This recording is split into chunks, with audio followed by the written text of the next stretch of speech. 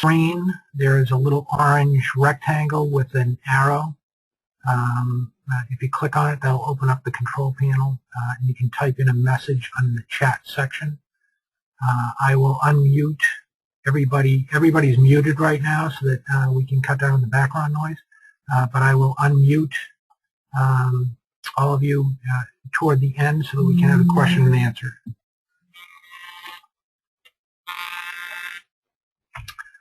As I mentioned, this will take about a half an hour today. I do want to thank you all for taking time out of your day. I see a lot of familiar names, and I appreciate that you have signed up and signed on. Just a little bit of background. I am the Director of Member Services for Club Benchmarking. I have had the privilege of doing about 350 one-hour overviews with many of you over the last year and a half. I think it's a great privilege, and I enjoy it very much. I do want to be sure to say that when you're using Club Benchmarking, if you have any questions when you're using it, please feel free to give us a call. There's a support page link at the top of the page, and my phone number is right here. Don't hesitate to give me a call, or you can click the email link, which will go to support, and several of us will see it. Today I will do a little bit of overview, talk about a couple of the important data points to fill out in the Finance and Operations section, and run the labor report and really walk through that. We'll go through the report itself relatively quickly, but I do want to show you what's contained in it, and also which data points are important to have filled out to get the best use of the report. So when you log into the website, you will come to the main screen. We're going to work in the Finance and Operations section today. As I mentioned, the support link is at the top of the page. Today's webinar, as well as those that we've had over the past several months, are on the support page under helpful videos. There are two groupings. One is the Fast Facts webinars. We have one coming up around governance that I certainly encourage you to sign up for. The other groupings are for the member clubs, you folks, and speak about more specific things related to the use of the site. So just very quickly, the Fast Facts webinar that I mentioned, the next one will be on the 4th. It'll talk about initiation fees and capital dues, actually, and best practices. You can reach that page by clicking on the Fast Facts webinars from our homepage and sign up. Again, the videos are contained in the support page, and there's quite a bit of other support material. I would suggest, I haven't mentioned it in the past on these, but I would suggest that folks take a look at the Club Benchmarking Key Performance Indicators Frequently Asked Questions. It has quite a bit of definition around available cash and some of the key performance indicators that we look at in our reports. In the Finance and Operations section, this section, as the case with the other two, is broken down into My Club, where you do the data entry. Compare clubs, you can compare clubs on a data point by data point basis using filters. And then My Reports, which we're going to go to today and run the labor report, is the section that has filters as well as pre-written reports that produce PowerPoint files with graphical charts. We do quite a bit of analysis around percentiles, in other words, where your company's data falls on a chart relative to other clubs, but we also do ratios and proportions throughout these reports, and we'll see that today. Again, we're going to do the labor report. I think it's a very valuable report as we are in the middle of budgeting season.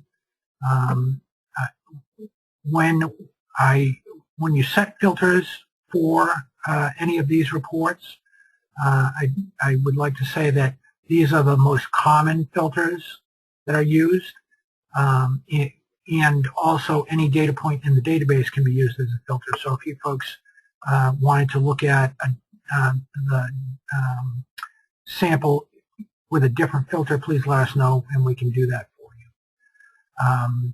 We have a function called favorites now. So once you have set filters, you can use the favorites to reset the filters to those that you would like to look at. Anytime that you log out of the site, the filters are reset to the defaults. Also, with regard to filters, we suggest that you be careful not to set too many filters at once. When anything in the database doesn't apply to your club, we ask you to leave the answer blank. So if you set a large number of filters, you will filter out clubs that you probably want to compare against. So, for example, and also in some cases, people haven't answered the question. So, for example, we have private, semi-private as a filter. Some clubs may not have indicated the difference in their own database, but it's likely that clubs that haven't answered that question are probably clubs you want to compare against. So if you set that filter, those clubs that might not have answered that question won't be included in the sample, just as an example. So not to say that there isn't a large amount of data around those two data points, that data point in those two answers, but just to say the more successive filters that you set, the more likely it will be that you will exclude clubs that you want to compare against. When you want to change filters, please click Change. Set the filters as you would like to have the group set that you're going to compare against. You can do that by sliding these, and I'm not so good at sliding them, so I'm fishing back and forth if you bear with me. Or you can type in the answer. And then I'm picking with golf. I'm going to apply those filters. The filters will not be effective until you click Apply. And then if I want to come back to this filter setting in the future, I can do Save as Favorite. And I just label it 8 to 25.5 million revenue with golf. Save it, and that will become one of the choices in the pull down, so I can come in and pick it and immediately set the filters to those settings just by clicking Load Favorite. This sample set, the revenue in this for this account is in about $15 million. So I've set the revenue to be around that point. You can set the number so the revenue is about the median of the sample. I'm going to click on the labor report. It takes just a couple of minutes to produce the report. And we are going to shift from the website to my desktop and take a look at, on PowerPoint, we're going to look at the report. So it creates a report, as I mentioned, in PowerPoint. You can edit the cover sheet, and if you use favorites, I encourage you to edit the cover sheet, especially if you're going to share it with the board or anybody on your, if you're going to make a presentation, I should say. It includes a description that said favorite, and then it shows the label that I gave the favorite. I deleted out so that you can see more clearly its total revenue in dollars. But the point is that it's quite simple to edit the cover sheet and have it say what you need to say. I'll always say the name of the club and the name of the report. The data, on the other hand, cannot be edited in the chart in the presentation. You can change the numbers in the database. This is a live database. If you make a change, either because you saw an error or you add a piece of data, as soon as you click Submit on the website, in the My Club data entry. That number is updated to the database, and you can report against it. So the report itself, again, cannot be changed. But if you wanted to do some what-if scenarios, you could certainly go into the database, change numbers to what they might be in the future, and hold other data constant and run charts showing what the changes might be, and you can compare them to what they actually were and what they might be. We certainly ask you to change the data back to the historical numbers because this is an historical database and we want it as accurate as possible. Having said that, if you change data in the database and somebody runs their reports, we use percentiles so that the results aren't affected. It's just one data point on the entire line. So with the labor report, we start with an overview. We look at total payroll for the club against total payroll for the other clubs in the sample. And by the way, you can see how many clubs you're comparing against after you, on the reports page, after you've set the filters, you can see that we are comparing against 65 other clubs. I'm going to shift back to the presentation. So of the 65 clubs, half of them, the payroll is between 7 million and 8.7. We cut off the top 5% and the bottom 5% of values so that you can't narrow down your filters to a small handful of clubs and identify any club's information. Obviously, we have a responsibility to maintain confidentiality of your data.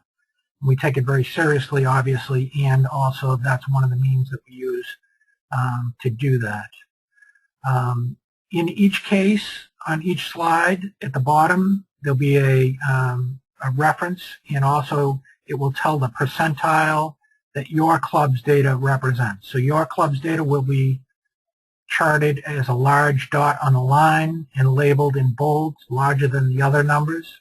And if you go to the bottom of the page, you can see the total payroll at this club is higher than 2/3 of the clubs in the sample. Then we break salary and wages and payroll and benefits as two separate line items, which cumulatively come to the 8.3, and we show the percentiles for them. So you can see at this club, the salary and wages are about higher than about 2/3 of the clubs, but the payroll tax and benefits are near the median, which suggests that the benefits may be a smaller proportion of the total package than other clubs. If we look at the labor expense breakdown by department, on the right-hand side, this pie chart represents the averages for all the 65 clubs in this sample. And the codes are down below. Food and beverage is 1/3 of the cost at clubs in this sample. And you can see that this club has quite a large food and beverage operation where over 40% of their total labor cost is in food and beverage. And then respectively around the pie chart, it shows the proportions for each of the major departments. This chart is a very important chart. This is one of the key performance indicators, and it's discussed in that frequently asked questions document that I showed you earlier. Clubs that have 60% or more of their operating revenue is the proportion of their payroll to operating revenue is 60% more, are multiple more likely to have a net available cash loss than clubs under 60%. Clubs whose proportion of payroll to revenue is less than 50% are multiple more likely to have a net available cash positive. And obviously, half of the clubs in this sample, and in fact, half of the clubs in most of the samples in the industry, fall between 50 and 60%. It could be a general statement that clubs in the high 50s and low 60s are very high service clubs, very often have high dues in multiple outlets and staffed throughout the day. Clubs at this end of the scale often are a smaller scale operation with less staffing through the property. If your club is at the higher end of the scale, this is one area to explore carefully for opportunities to make adjustments. I just was talking with a general manager about a couple of hours ago doing an overview, and we talked about the difficulty that you can encounter making adjustments in service levels. So it's real easy to add service, not so easy to take it away, and that discussion can be very sensitive because you want to talk about people. So one of the tools that you can use in that discussion to get some objectivity around the whole thing is a chart such as this, because it really illustrates, in this case, this club is behaving differently than other clubs as far as its staffing level is concerned. It may have an opportunity to adjust, it may not, but it's a good thing to be aware of, and it's often, this chart is often the first time that especially boards or committees have had a chance to see what the club's costs are in the context of the industry. We next look at salaries alone as a percent of operating revenue, and then we look at benefits alone as a percent of operating revenue, so that we try to get to the underlying detail in each of the cases. You can see at this club that the proportion of the total of salary and wages, the 100%, is broken down as clubs at the median. So the club, in fact, is behaving like other clubs at the median as far as its split of salary versus taxes and benefits. We look at percent of total dues revenue, and then we look at as non-dues revenue. So you can really see what your dues engine is generating. In this case, with a measure that's at the higher end of the line, it suggests that the club may have an opportunity to either add members or make an adjustment in their dues structure to be more like other clubs in the industry. We look at full-time equivalent employees across all departments. So I'd like to spend a minute talking about full-time equivalent employees. Full-time equivalent employees as a data point in our database is not the federal government full-time equivalent employees. It's actually real full-time equivalent employees. In that we look at, we take the total hours worked at the club. I got the wrong, sorry, I want to go to general and administrative. So right now I'm in my club in food and finance and operations. I've gone to general and administrative. I'm in the financial tab. I want to go to the operational. So I have a question from the audience. I'm going to take a second to read it. It says, once these issues are identified, does club benchmarking make themselves available to discuss the matter with club representatives? Absolutely. I would like to say that when you are using the database and entering information, we will work very closely with you. So if you have any questions, don't hesitate to call. And once the data is in the database, you are welcome to go to our support page. We have the training calendar right here. You can click Get CB Training and pick a time and day that works for you. As soon as you pick a block, it'll block that time, send you a confirmation, and we can go through this information so that you are able to run the reports and comparisons, set the filters, and understand what the data input process is. Thank you very much for the question. So I think it's very important to emphasize that the full-time equivalent measure is calculated by taking the total hours worked at the club, in this case at the club, and dividing it by 2,080. Some payroll systems include hours for salaried people and the total hours worked. Some payroll systems do not. If your payroll system does not include hours for salaried people, please add 1 or the fraction of 1 if the salaried person only worked part of the year for each salaried person, and add it to the result that you get of total hours divided by 2,080. And so if any of you are working on full-time equivalent employees and you want to walk through that process, please don't hesitate to give me a call. I'm happy to work with you on that. We ask for full-time equivalents for the entire club. We ask for it in general and admin, and then we ask for it in several of the other departments. In food and beverage, under the operational tab, about halfway down, we ask for the full-time equivalent employees.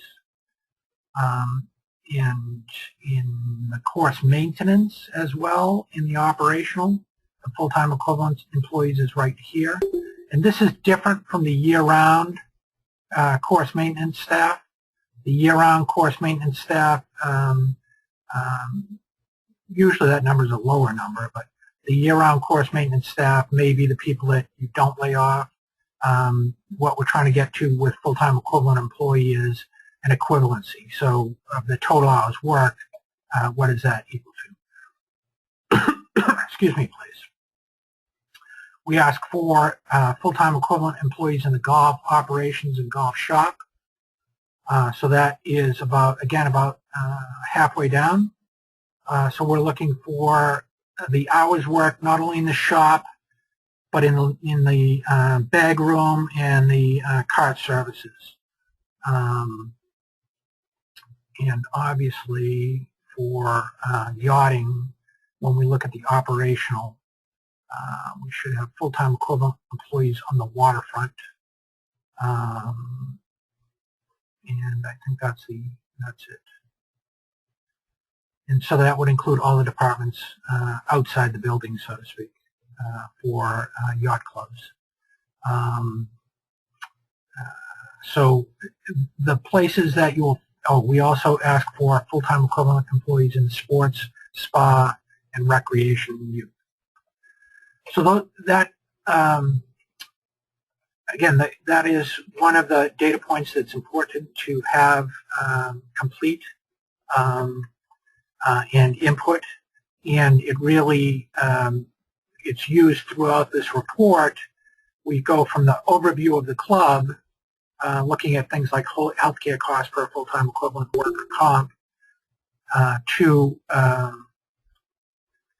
we look at also full member equivalents versus full-time equivalents, so that you can see your staffing level relative to your membership base, and also cost per full-time equivalent employee. And then we go into the respective departments and go through the same series of charts that we just saw, namely the cost per full-time equivalent employee. We look at the percent of labor as of the total department expense, and then we successively go into food and beverage, clubhouse support, golf operations, and G&A. So those are the series of charts that we look at. In each of the departments, we look at, again, the whole dollars. We look at percent of operating, non-dues in G&A, full-time equivalent cost. And so there's a consistent series of charts that we look at the departments, and then each of the departments have one or two charts that vary based on the nature of that particular department. So with that, I would like to ask if anybody has any questions. I will unmute. People are welcome to go ahead and ask if I can find out where unmute is on my screen. And I can't. So if you have a question and you would be so kind as to type it into the chat box, I would be happy to answer it. And while I wait to see if anybody has any questions, I just want to say, in summary, thank you very much for taking the time. So the one question we have is, do these charted points drill down to more detail? No, we do not go down into detail. None of the underlying numbers are shown or shared. So these charts are what you see. The next question is, how are contractors and trainers treated? Certainly, when we code the trial balances, we include the payments to contractors and trainers in the payroll and related costs.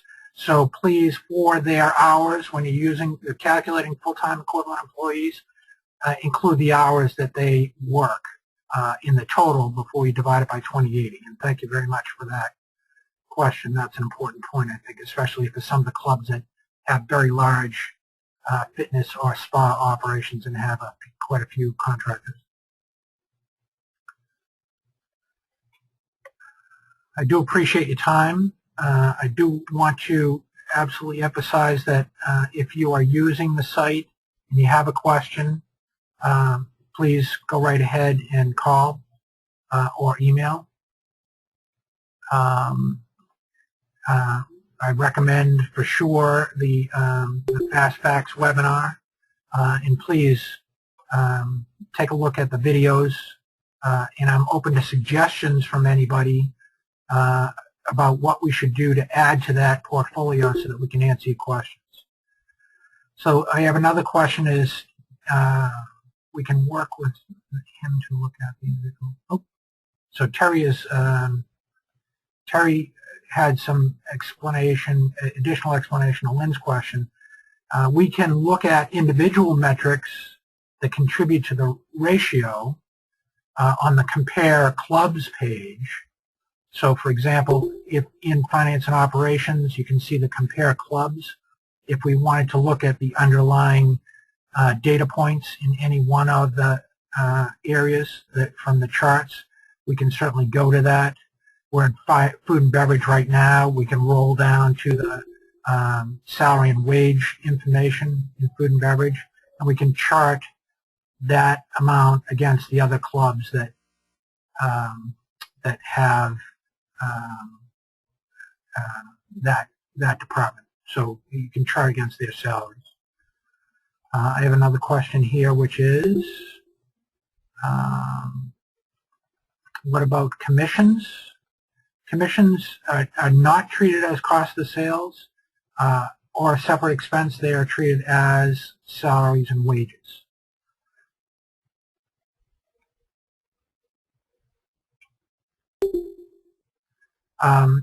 We have a question about who you should allow to do input. You can certainly allow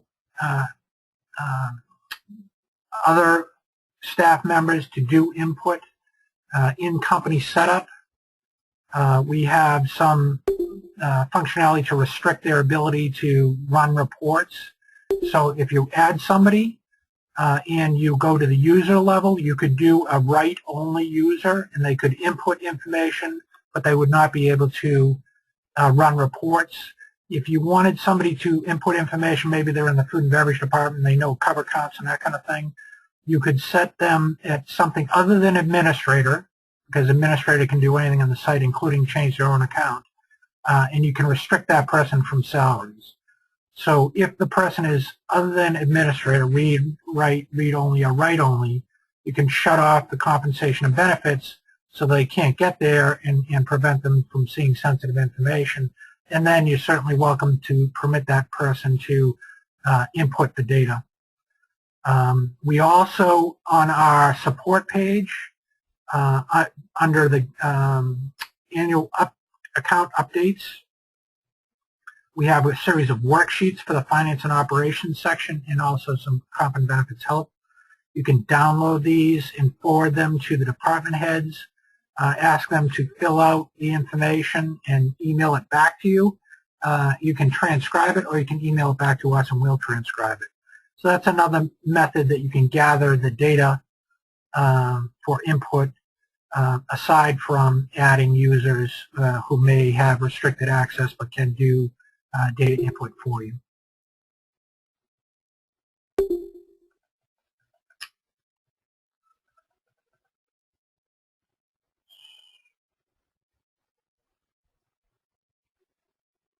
Well, thank you, folks. I appreciate your time again. Please don't hesitate to call if you have any questions. And I look forward to our next session. In the meantime, at least with some of you, I will be doing a GoToMeeting walkthrough to do the overview. Thanks again. Have a great rest of the day. Bye.